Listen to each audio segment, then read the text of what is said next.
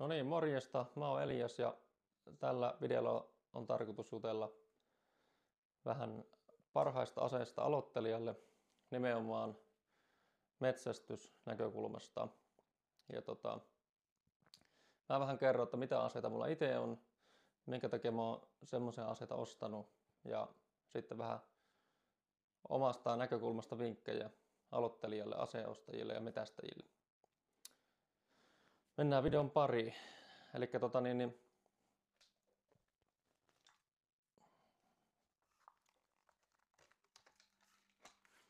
Eli ensimmäinen ase, minkä itse ostin, siitä nyt on useampi vuosi aikaa, niin ostin tämmöisen haulikon, päällekkäispiippuisen haulikon. Ja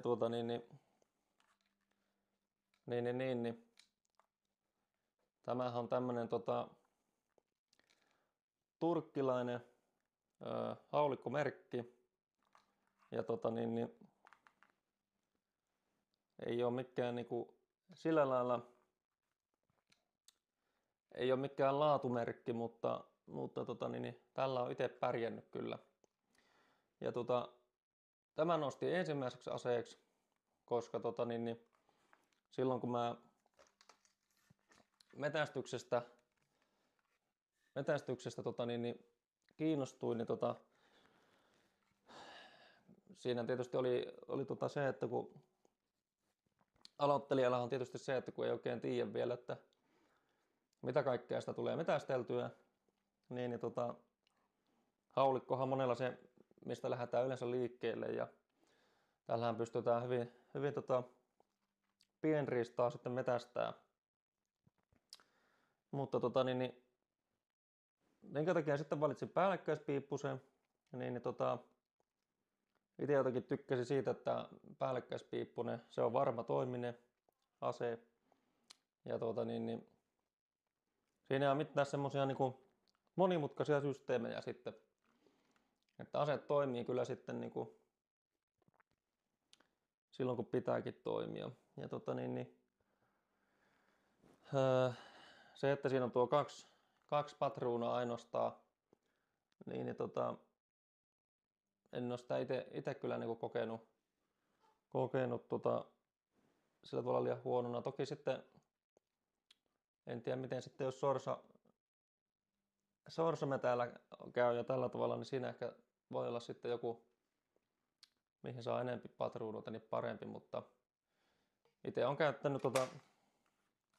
käyttänyt kanalinnustukseen ja täällä on kanalintuja tullut ammuttua et silleen niin kuin hyvä ase. Suosittelen päällekkäispiippusta kaikille, että hyvä niin kuin ase, millä lähtee liikkeelle, jos nimenomaan pienriistaa metästää. Ja tää on kyllä itselle, vaikka ei ollut mikään kallis ase eikä laadukas merkki, mutta itse on tällä pärjännyt. Ja kyllähän kalliimmissa aseissa sitten materiaalit on paremmat ja puun laatu on sitten parempi kans tässä aseessa. Ja mutta sitä kannattaa miettiä, että minkä verran sille on käyttöä, ja sitten jos ei tiedä sitä vielä ihan tarkkaan aloittelijavaiheessa, että mitä kaikkea tulee metästeltyä, niin sitten myös käytetty ase voi olla ihan hyvä vaihtoehto. Mutta tässähän tässä turkkilaisessa aseessa, niin tässä on sillä lailla, että tässä on täällä on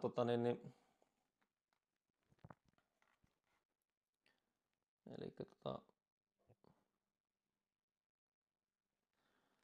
täällä näkyy tämä piivun valitsi.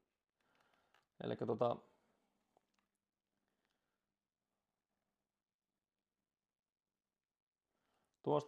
tuosta ensin työnnetään valitaan joko over tai under, ja annetaan tuosta sivulle ja sitten eteen, niin silloin silloin se on niin kuin laukaus valmis. Ja sitten takaisin se on varmistettu. Että tää on silleen niinku, silleen on kyllä hyvä ase. Itse käytän yleensä silleen, että ensin ammun tuon alapiipun tyhjäksi ja sitten vasta yläpiipun, mutta tää on kyllä silleen niinku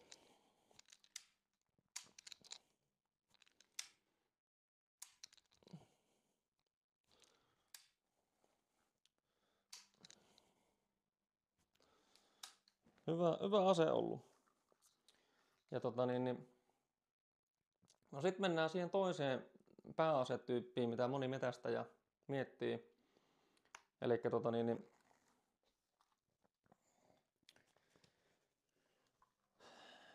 sehän on tietysti kivääri.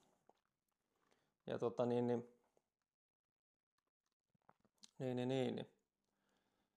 mulla itsellä oli silleen, että mä pitkään metästelin pelkästään haulikon kanssa. Ja sillähän tietysti pärjää ihan hyvin. Mäkin oon metästänyt sillain niinku lähinnä metsäkanalintuja, teeriä, pyitä, metsoja. Toki en ole metsoa koskaan saanut saaliksi,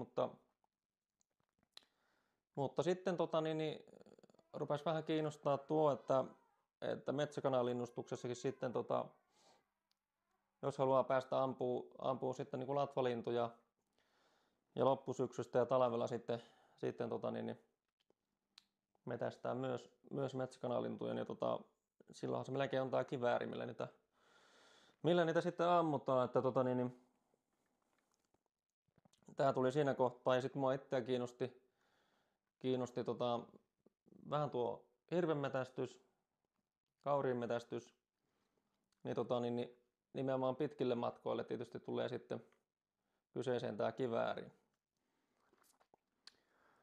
No itekin silloin kun ei ollut vielä kokemusta hommasta, niin sitä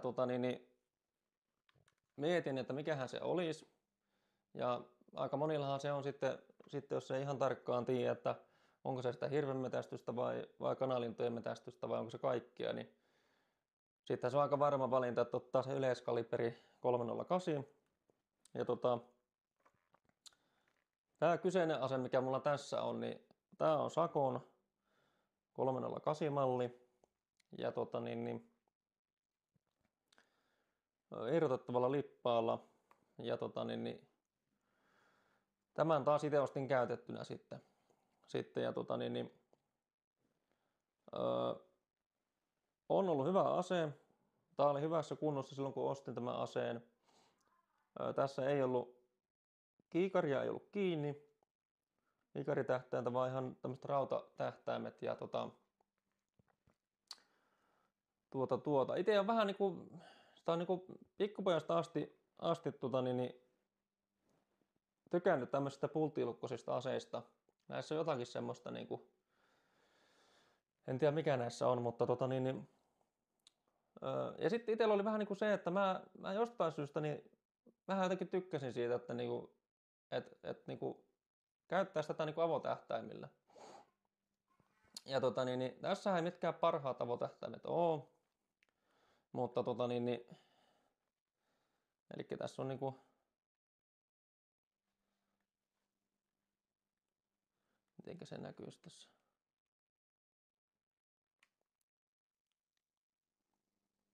Tässä on niinku tämmöiset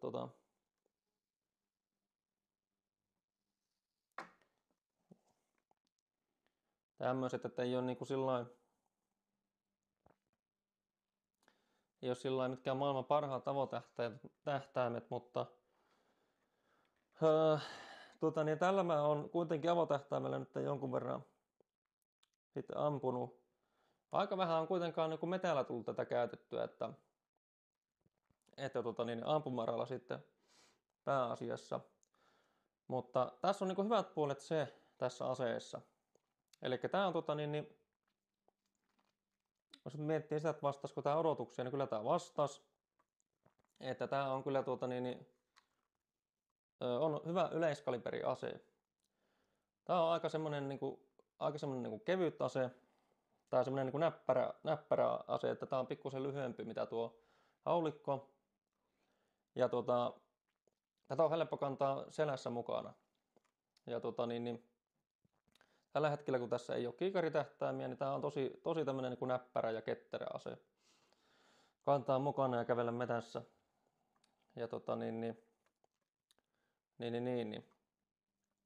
on tää 308 on vielä ihan koska mulla tässä nyt ei ole ei ole äänenvaimenninta, niin joka yleensä sitten poistaa myös sitä rekyyliä, niin ei ole vielä mun mielestä mitenkään niinku liian paha rekyyli tässä. Et ihan semmoinen niinku sopiva. Sitten jos mennään isompiin kalibereihin, niin sitten voi alkaa olemaan semmoinen, että jos paljon radalla ampuu, niin sitten saattaa olla vähän niinku epämiellyttävää. Mutta Mutta joo, hyvä yleiskaliberi ase. Ja näin poispäin.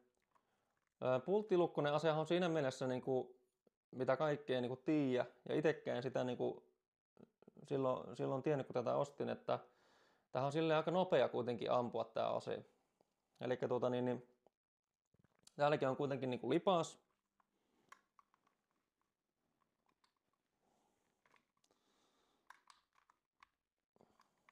No. Täällä on niinku lipas. Lipas on tyhjä. Ja siellä on pesä on tyhjänä. Niin tämähän on silleen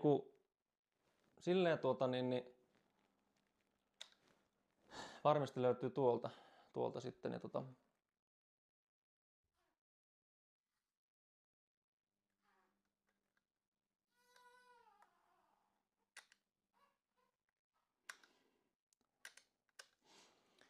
on kuitenkin nopea ase ampua. Jos miettii hirvimetällä, niin totta kai semmoinen suoravetoinen on niin kuin nopea ase.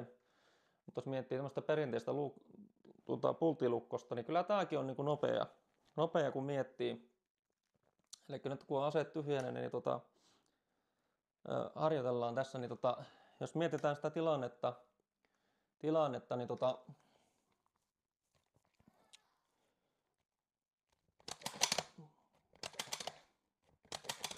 pum, pum, pum, pum. Niin aika nopeasti tälläkin pystyy kuitenkin ampumaan. Että on silleen kyllä pystyy ampua myös niitä paikkolaukauksia hirvimetällä ja missä niitä on tarpeekin sitten.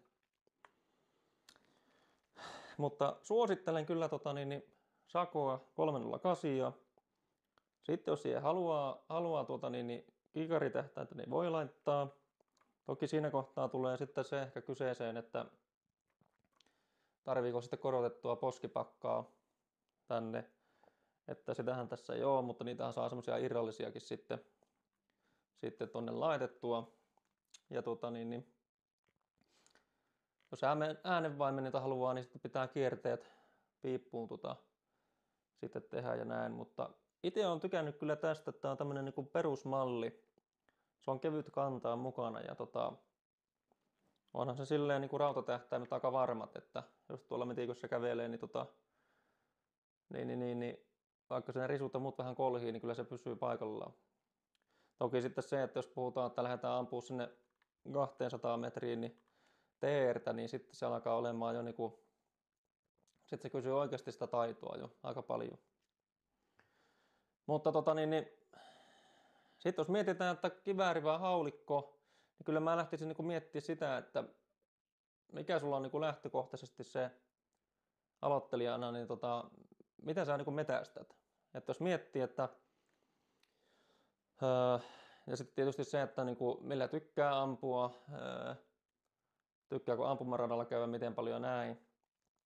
Että jos mietitään, näytetään nyt vielä, että eli ase on tyhjä, niin jos sulla on sillä tavalla, että sä haluat metästää pienriistaa, eli kyyhkyt, sorsat, metsäkanalinnut, jänikset ja silloin se on haulikko minun mielestä. Päällekkäispiippunen on hyvä. Toki muutkin vaihtoehdot on varmasti hyviä, mutta itsellä on tästä kokemusta. Ja sitten radallakin tällä on mukava ampua, että jos tykkää kiekkoja käydä ampumassa. Ja sitten taas, jos sulla on semmoinen tilanne, että sun pitää valita näiden väliltä, ja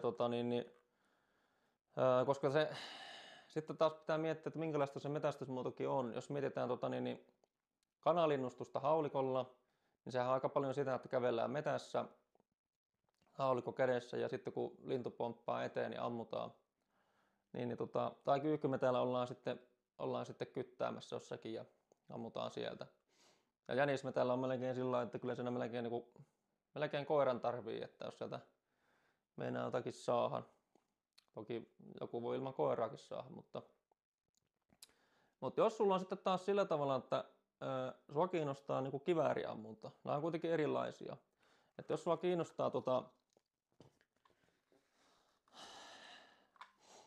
kiinnostaa kivääriammunta, jos sulla on sillä tavalla, että tykkäät ehkä voisit tykätä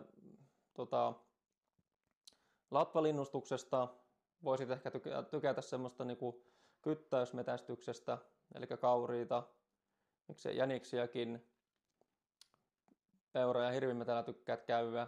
Sitten jos kiinnostaa supikoiran kyttäysmetästys, kettujen metästys, niin sitten mä lähtisin ehkä tälle kivääriä hankkimaan. Ja sitten toki se kaliberi kannattaa miettiä, että mulla itsellä on tällä hetkellä sillä tavalla, että mä en oikein hirvimetästystä en tällä hetkellä harrasta. Niin periaatteessa itsellä, jos tällä hetkellä lähtisi hankkia kivääriä aloittelijana, niin mä todennäköisesti voisin ostaa jonkun pienempi kaliberisen aseen.